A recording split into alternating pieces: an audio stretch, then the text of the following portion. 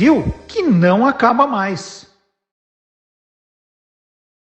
E a nossa conversa agora é com a arte educadora, pesquisadora, roteirista, desenhista e, acima de tudo, uma mulher muito corajosa. É a Roberta Cirne, que cuida de uma página que é site, é Instagram, é YouTube, é tudo. Os Sombras do Recife. E a Roberta tem uma teoria que Recife é a cidade mais assombrada do Brasil. Por que, Roberta, você diz isso, hein? Não é bem uma teoria, né? Oi, tudo bem, minha gente? Oi, Marcelo, tudo bem? Que bom. Assim, primeiramente, eu gostaria de agradecer por você ter me convidado, por estar podendo falar um pouco da minha cidade aqui para todos. E não é bem uma teoria, assim, é porque Recife é interessante. É uma cidade que ela tem, em cada bairro, digamos assim, quase em cada rua, tem uma história de assombração. Então, a gente não pode nem dizer assim, eu ouvi falar disso, ouvi falar daquilo. Até se tornar difícil você pegar e compilar tudo em textos, né? Porque são muitas as histórias, e às vezes são muito parecidas, e às vezes são reincidências. Então, é por isso que eu digo assim, Recife é uma cidade assombrada. Ela é uma cidade, se não for uma das mais assombradas do mundo, né? Então, conta um pouquinho do que é o projeto Sombras do Recife. Como é que você usa esse lado assombrado do Recife para transformar isso numa coisa lúdica, informativa? Como é que nasceu o projeto? Eu acho, assim, o projeto nasceu há uns anos atrás, que eu tinha vontade, sempre tive vontade de fazer histórias de terror. Desde criança eu gostava de terror. E aí eu criei alguns personagens, mas eram muito soltos, era uma coisa meio que ligada ao universo de RPG, que eu jogava RPG quando era adolescente. E aí eu pensei, assim, né, no início seria vampiros, né, no começo seriam vampiros, só que depois eu pensei que não tinha muita identidade, desculpa, cultural com Recife, o vampiro, e aí eu trouxe para dentro do universo das lendas, né, e quando eu comecei também com lendas, eram lendas muito genéricas, mas depois eu fui aprofundando mais, pesquisando e resolvi trazer para o universo das lendas de Pernambuco, que é muito forte. Ao mesmo tempo, a minha pesquisa histórica, ela é também, ela cresce assim, concomitantemente com a pesquisa das histórias das lendas. Então, a gente tem lendas ligadas a Recife, desde o começo da colonização, né? A gente tem lendas de 1500, 1600, 1700, e essas lendas eu tento o mais possível caracterizar para mostrar como era a cidade na época, para retratar também as pessoas, os usos, os costumes. Eu sou mais especialista no século XIX, mas eu também pesquiso em outras épocas, né, quando é necessário para poder fazer uma boa história. E com isso, o projeto, a princípio, ele era só para mim mesma, eu guardava na gaveta. Só que eu trabalhava com quadrinhos institucionais, eu fazia quadrinhos para a Fundarp, que é tipo um MINC, né, daqui de Pernambuco, ele financia alguns projetos, né, culturais, mas eram quadrinhos institucionais, né, e eu deixei de fazer quadrinhos em 2011. Eu meio que tomei enjoo com a coisa e parei. Só que em 2015 eu tive vontade de trazer de volta esse projeto. E aí eu fiz o site, comecei a alimentar o site, coloquei quadrinhos no site, e as pessoas se tornaram interessadas por isso. Houve um grande interesse por isso, porque não tinha ainda alguém aqui em Pernambuco que fizesse algo ligado à história e ao terror. Então, não é só o terror por si, ou não é só a história por si. É a história da cidade trabalhando em prol de uma boa história de terror. E aí, nasceram as outras coisas. Aí vieram depois o canal do YouTube, Sim. podcast, tem tudo. Agora, eu queria que você me ajudasse, Roberto, a contar algumas dessas histórias, então. Eu estava dando uma olhada no seu trabalho e tem algumas dessas assombrações que eu não conhecia. Para mim, são novidades. Por exemplo, quem é o Boca de Ouro? Bom, o Boca de Ouro, eu peguei a lenda, a primeira lenda, que quem contou, assim, com excelência, né, foi Gilberto Freire. Ele falou no seu livro Assombrações do Recife Velho, que é um dos muitos livros de sociologia, antropologia que ele tem, né, no arcabouço do que ele já criou, né? E esse livro, ele retrata mais ou menos as assombrações, né? Mas ele conta muito a lenda mais simples, né?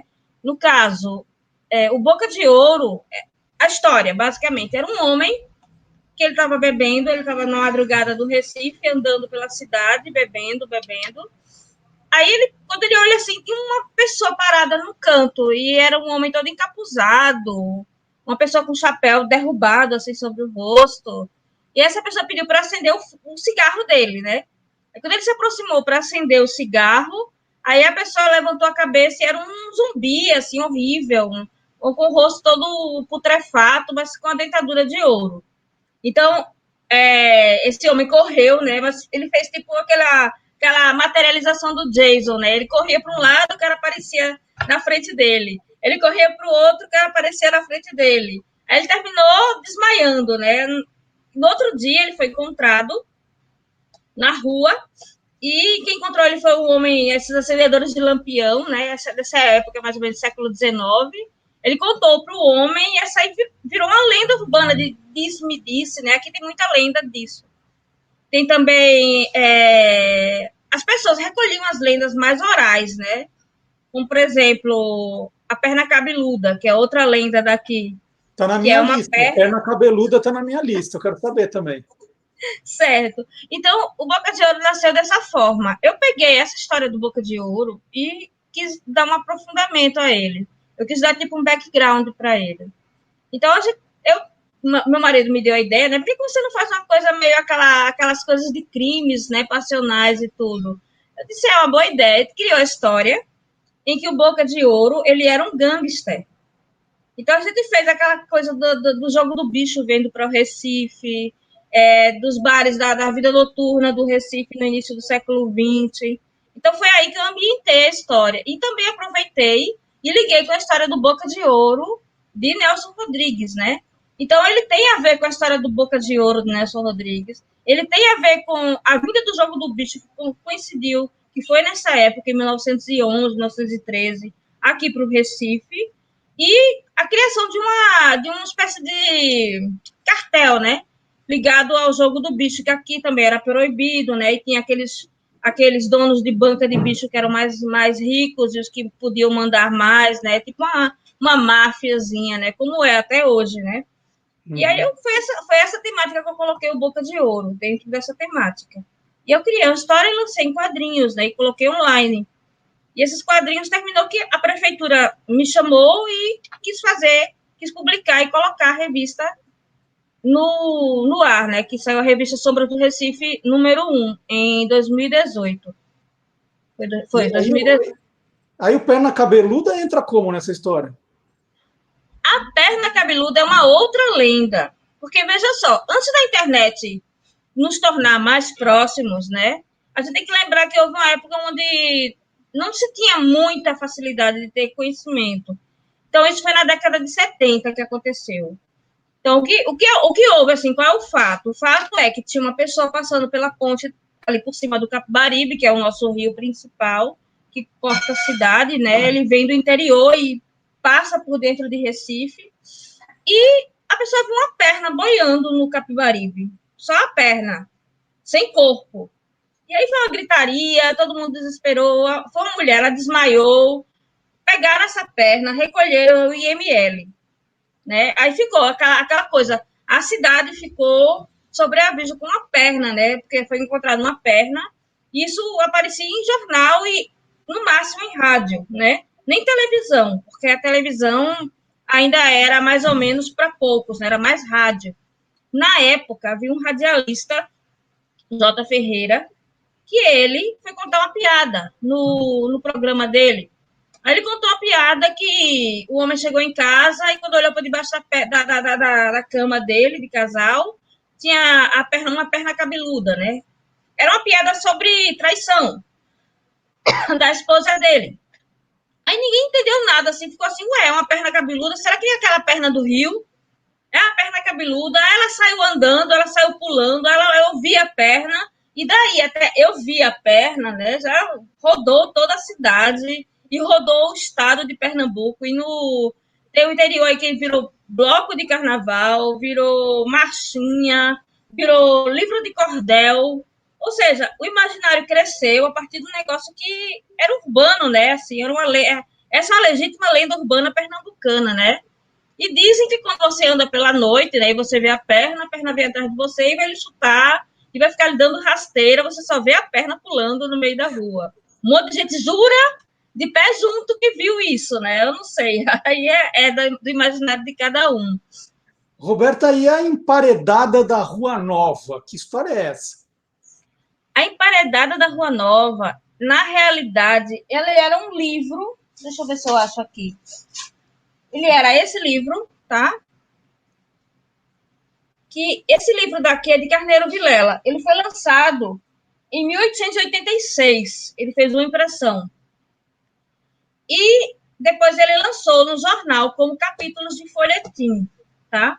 Só que na introdução desse livro, ele fala que a lenda da emparedada da Rua Nova, ela é baseada em fatos reais, né? Ou seja, ele teve uma hora que ele, no próprio prefácio do livro, ele desmente que é uma história real, depois ele diz que é uma história real, depois ele desdiz, falando que trocou os nomes para evitar que haja mal entendido com as famílias envolvidas. Ou seja, ele não diz propriamente que é um tema real, mas a gente subentende que deve ter acontecido. Porque há muito pouco registro de casos policiais, assim, no século XVIII, no século XIX, teve mais no século XIX, né, pelo que eu pude ver, esses casos eram relegados ao esquecimento. E essa casa que aconteceu o crime, né, que é a emparedada da Rua Nova, é na Rua Nova essa casa, ela fica no número 200, ela foi ela foi reformada. E disseram que tiraram o esqueleto de lá. Também isso aí é lenda, assim, é tudo por alto. A gente não sabe se, mas na dúvida, né? Uhum. Então, a emparedada era filha de um comerciante, né? Que teve um caso com um rapaz, engravidou fora do casamento, e aí o pai dela descobriu e mandou simplesmente emparedá-la, né? Viva, né? Ela foi emparedada viva no estilo Edgar Allan Poe, assim, das coisas, vamos dizer. Bem dark, né? Bem gótico, né? E a história dela é essa. Ela foi emparedada viva pelo próprio pai, grávida, e ninguém sabe se realmente aconteceu ou não, mas o fato é que Carneiro Vilela dramatizou, né, e fez um livro, e o livro dele é um dos mais... É o mais conhecido dele, mas é um dos livros mais legais, assim. Inclusive, foi até adaptado para uma novela da Globo. Então, quer dizer que você pesquisa todas essas histórias, lê todos esses livros e vai criando quadrinhos contando essas histórias, é isso? Pois é, eu quis fazer, assim, tanto uma coisa como a pesquisa, que a minha pesquisa já está separada, esses textos que eu coloco na internet, eles estão compilados para lançar livros, né? Então, eles vão ser lançados. Livros sobre crimes vai ser uma vertente. E livros sobre as assombrações, né? Que eu estou compilando, estou juntando para poder publicar. Tem esse lado, assim, mais de resgate, e também tem um lado da fantasia. No lado da fantasia, são os quadrinhos, são o romance, né? Tem um romance também. Eu criei um livro, um romance, onde eu coloquei todas as assombrações como se fosse um mundo alternativo. Então, digamos assim, uma outra dimensão da história, né? E tem a história normal, né? Digamos que nós vivemos num mundo e existe um mundo fora do alcance da nossa visão e que você tem acesso de uma determinada forma.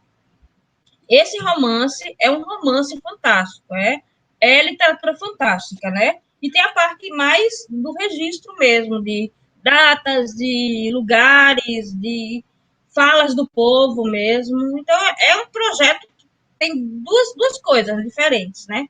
Mas as duas conversam entre si. Você pode ler o quadrinho, você pode ler o livro, você pode só ler o livro, pode só ler o quadrinho. Tanto um complementa o outro, como os dois são separados, né? Maravilha, olha. Então, vou deixar aqui o site da Roberta Cini, sombrasdorecife.com.br, e pelo site você vai encontrar lá os links para os outros trabalhos que ela faz, e ela também tem a presença no Instagram, vou colocar aqui também, @sombrasdorecife, foi onde eu conheci a Roberta, um trabalho muito legal, né, que ela está fazendo muito do folclore também, né, um estudo do folclore, aí usando as lendas, as assombrações, os crimes. É um trabalho muito bacana que vale a pena ser conhecido. Roberta, muito obrigado por você ter escrito, muito obrigado por essa conversa e sucesso aí com Sombras do Recife. Adorei o projeto. Obrigada também por ter tido a oportunidade de falar um pouco do Recife, né?